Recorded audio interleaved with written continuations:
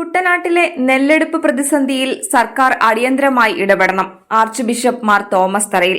കൊയ്ത്ത് കഴിഞ്ഞ് ദിവസങ്ങൾ പിന്നിട്ടിട്ടും നെല്ല് സംഭരിക്കാത്തത് കാർഷിക മേഖലയിൽ വലിയ പ്രതിസന്ധി സൃഷ്ടിക്കുമെന്നും ഇത് അപ്പർ കുട്ടനാട്ടിലെയും ലോവർ കുട്ടനാട്ടിലെയും കർഷകർക്ക് ഭീമമായ നഷ്ടത്തിന് കാരണമാകുമെന്നും Changanassery arch bishop Mar Thomas തറയിൽ പ്രസ്താവിച്ചു.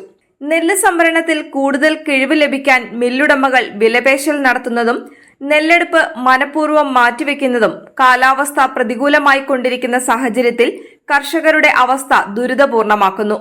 കൊയ്ത്ത് യന്ത്രയുടമകളുടെയും മില്ലുടമകളുടെയും താൽപര്യങ്ങൾക്കനുസരിച്ച് കുട്ടനാടൻ കാർഷിക മേഖല നിയന്ത്രിക്കപ്പെടുന്നത് അപലപനീയമാണ്. ഇക്കാര്യങ്ങളൊക്കെ ശ്രദ്ധിക്കേണ്ട പാഡി ഓഫീസർമാർ കാര്യക്ഷമമായി പ്രവർത്തിക്കുന്നുവെന്ന് ജനപ്രതിനിധികളും സർക്കാർ സംവിധാനങ്ങളും ഉറപ്പുവരുത്തേണ്ടതാണ്.